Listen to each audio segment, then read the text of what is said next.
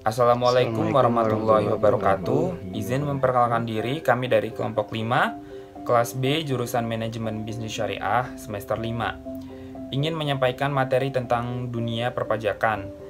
Tujuan dibuatnya video ini yaitu untuk memenuhi tugas ujian akhir semester mata kuliah perpajakan. Nah, subbab materi yang akan kami sampaikan pada kesempatan kali ini adalah mengenai PBB atau pajak bumi dan bangunan. Marilah kita simak video berikut ini.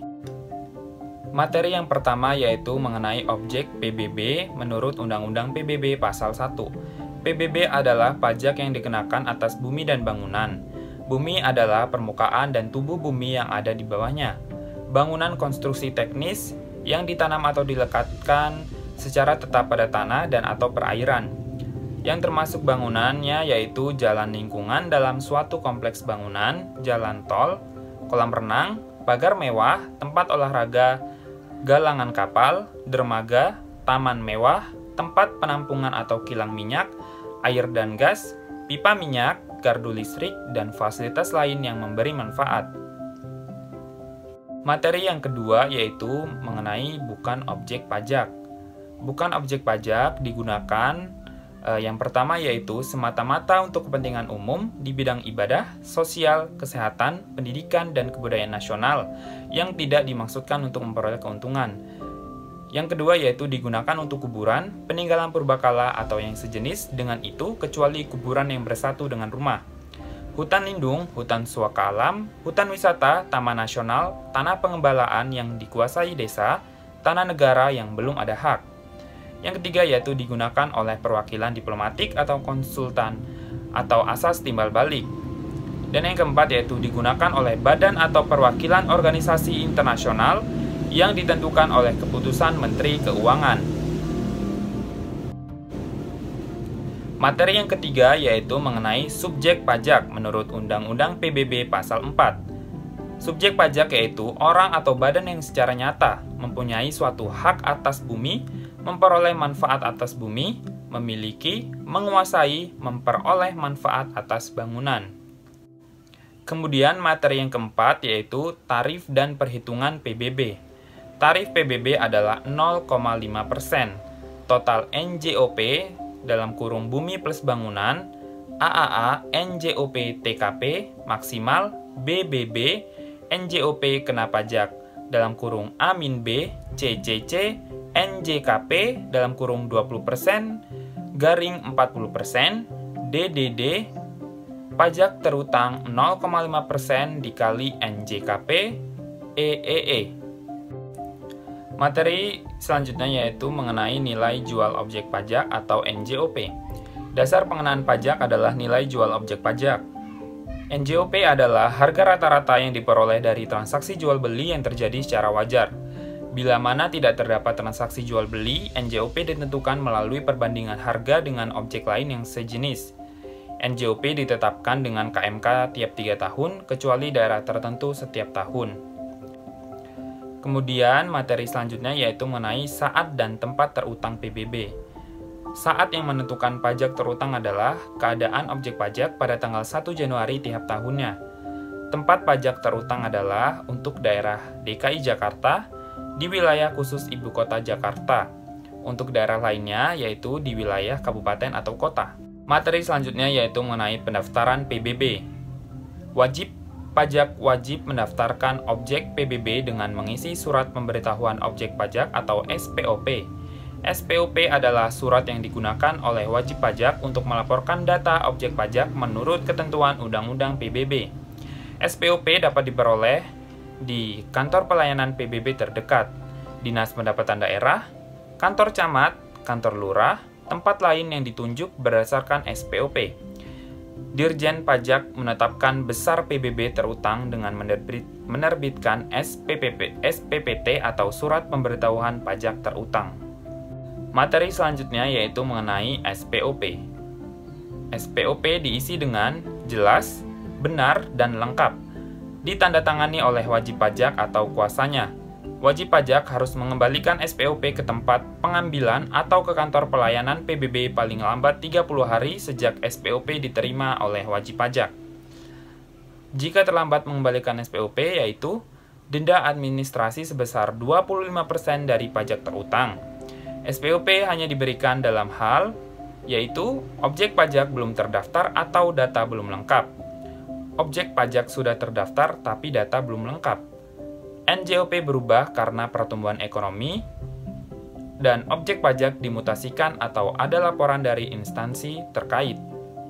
Yang kedua adalah nilai jual objek atau NJOP.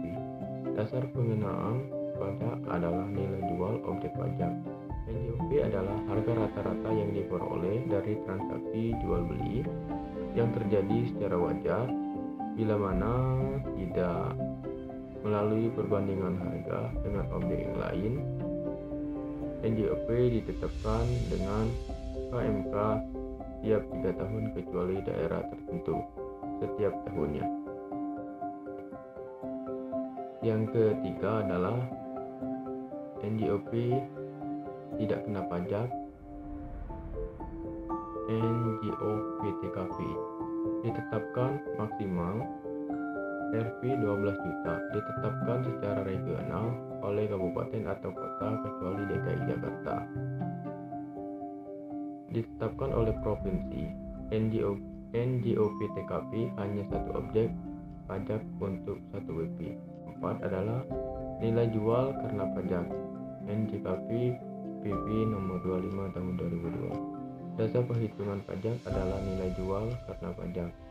NJKP PBB perkebunan 40%, PBB perhutanan 40%, PBB pertambangan 40%, NJOP 40%, NJOP sampai dengan 20%. Yang terakhir adalah pendekatan penilaian NJOP.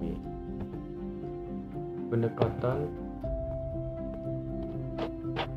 dalam menentukan nilai jual objek. Pendekatan data basar yaitu suatu pendekatan atau metode penentuan nilai jual suatu objek pajak yang cara membandingkan dengan objek lain yang sejenis yang letaknya berdekatan dan fungsinya sama dan telah diketahui harga jualnya. Umumnya digunakan untuk menentukan NJOP bumi atau tanah. Pendekatan biaya atau nilai peroleh baru yaitu suatu pendekatan atau metode penentuan nilai jual suatu objek pajak dengan cara menghitung seluruh biaya yang dikeluarkan untuk memperoleh objek tersebut pada saat penilaian dilakukan, yang dikurangi dengan penyusutan berdasarkan kondisi fisik objek tersebut. Umumnya digunakan untuk menentukan NJOP bangunan. Pendekatan pendapatan atau nilai jual pengganti yaitu suatu objek pendekatan atau metode penentuan nilai jual suatu objek pajak yang berdasarkan pada hasil produksi pajak tersebut. Umumnya untuk menentukan NJOP sektor perkebunan, perhutanan, dan lain-lain. Terima kasih. PBB Satuan Rumah Susun. PBB rumah susun sama dengan perhitungan PBB pada apartemen. PBB yang dibayar oleh masing-masing unit dalam setiap rumah susun adalah 50% dari PBB terhutang. Selanjutnya adalah SPPT. SPPT besarnya pajak yang harus dibayar oleh wajib pajak tercantum dalam SPPT atau surat pemberitahuan pajak terhutang.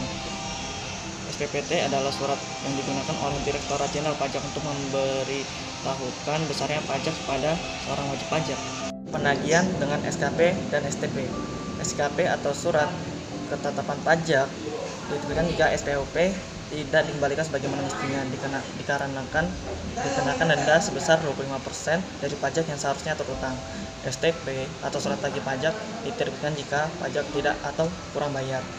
Lalu, wajib pajak dikenakan sanksi administrasi atau denda sebesar 2% per bulan maksimal 24 bulan. Lalu selanjutnya adalah tempat pembayaran PBB, kantor pos, dan giro. Bank tempat pembayaran yang meliputi Bank BUMN atau BUMD, bank lain yang ditetapkan dengan keputusan Menteri Keuangan seperti misalnya lewat ATM BCA dan lain-lainnya. Tempat lain yang ditunjuk ada oleh Menteri Keuangan. Penilaian massal atau mass appraisal. NJOP bumi dihitung berdasarkan nilai indikasi rata-rata atau NIR yang terdapat pada setiap zona nilai tanah atau disebut BMT. Lalu, NJOP bangunan dihitung berdasarkan daftar biaya komponen bangunan atau DBKB dikurangi dengan biaya penyusutan visi. Perhitungan penilaian massal dilakukan berbasis komputer. Halnya adalah penilaian individu atau individual appraisal, yaitu metode penilaian suatu objek pajak untuk masing-masing objek pajak yang bersifat unik atau khusus. Masing-masing objek pajak bersifat khusus tersebut diterapkan untuk yang benda bernilai tinggi atau keberadaannya mempunyai sifat khusus. Assalamualaikum warahmatullahi wabarakatuh. Saya Sandi Firdaus akan membahas tentang tata cara pembayaran PBB. Wajib pajak langsung datang ke bank tempat pembayaran atau kantor pos tempat pembayaran dengan membawa SPPT asli. Bank atau kantor yang akan menerbitkan surat tanda terima setoran atau STTS. Wajib pajak dapat pula melakukan pemindahan bukuan atau transfer atau kiriman uang dari rekening wajib pajak ke rekening kas negara atau PBB.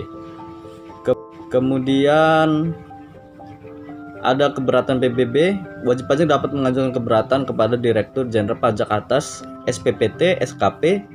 Satu surat keberatan hanya dapat diajukan atas satu surat SPPT atau SKP dalam 1 tahun pajak. Yang kemudian keberatan PBB-nya syarat-syaratnya yaitu diajukan secara tertulis dalam bahasa Indonesia. Paling lambat diajukan dalam waktu 3 bulan sejak SPPT atau SKP diterima oleh wajib pajak kecuali dapat menunjukkan alasan tepat. Dilampirkan alasan keberatan menurut wajib pajak, disampaikan langsung atau melalui pos tercatat.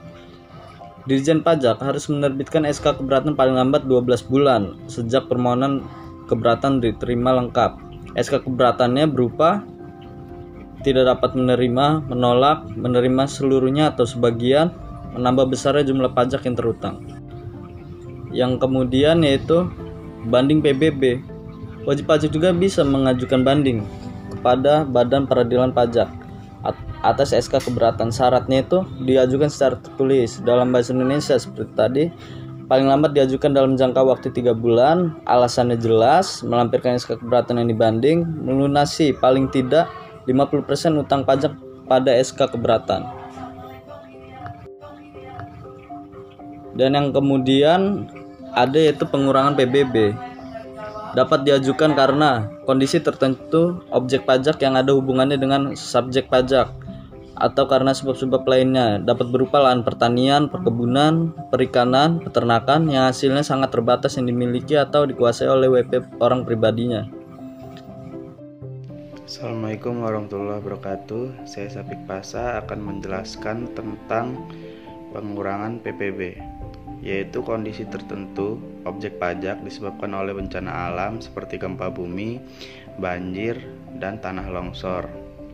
Sebab lain yang di luar biasanya seperti kebakaran, kekeringan, wabah, penyakit, tanaman, dan hama tanaman. Yang selanjutnya yaitu proses pengurangan PBB. Syarat-syarat pengurangan dilakukan secara tertulis dalam bahasa Indonesia. Paling lambat diajukan dalam jangka waktu 60 hari sejak SPT diterima atau sejak kejadian bencana alam.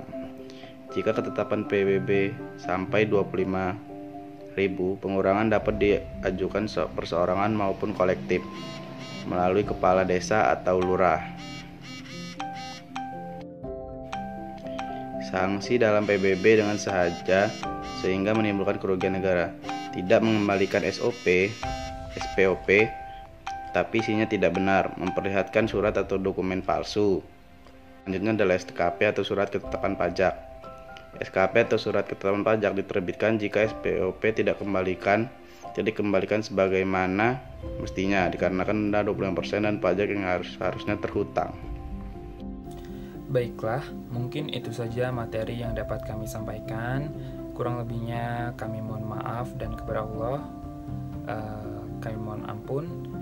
Terima kasih atas perhatiannya. Billahi taufik wa hidayah. Wassalamualaikum warahmatullahi wabarakatuh.